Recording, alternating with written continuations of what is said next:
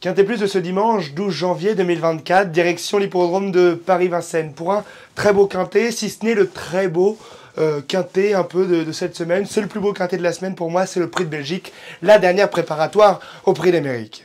Alors, ce seront des chevaux qui ont tous le couteau entre les dents, ils ont tous envie, ou du moins une grande majorité ont envie de se qualifier. Et moi, j'ai fait mon choix à travers ces chevaux qui ont une rage de vaincre. Allez, on commence avec le 8, It's the Larmaker, qui est pour moi le cheval incontournable de cette épreuve. Il s'est imposé dans la finale du GNT. Pour moi, c'est le cheval à battre de cette épreuve. Il reste sur une victoire associée à Mathieu Abrivard, pardon. Donc, pour moi, il n'y a pas grand-chose à dire. C'est un cheval qui est très dur. Il va sans doute se qualifier pour l'entraînement de Sébastien Garato. L'As Iroise de la Noé, qui est la moins riche de la course, mais pas la moins qualiteuse. C'est une jument très dure, pareil, elle qui vient de renouer avec le succès, elle court assez rapprochée, mais j'y crois, je pense qu'elle peut se qualifier avec Thomas Lévesque, son moteur au sulky.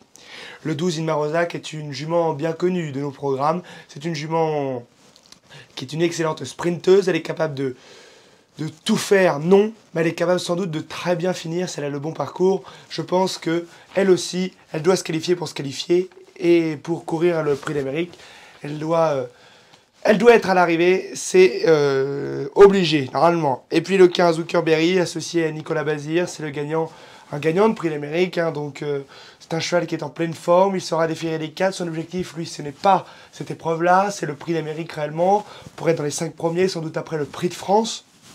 Mais je pense que Zuckerberry a sa place dans ce quintet. Le 13, Don Falucci Gisette, qui sera associé à JMB. C'est un cheval qui cherche à se qualifier. C'est un crack, un gagnant d'Elite Lop. Il est dur et peut tout faire. Ça, c'est la question. À chaque fois, il va devant. Il n'est pas à l'arrivée. Est-ce qu'il va falloir changer de tactique?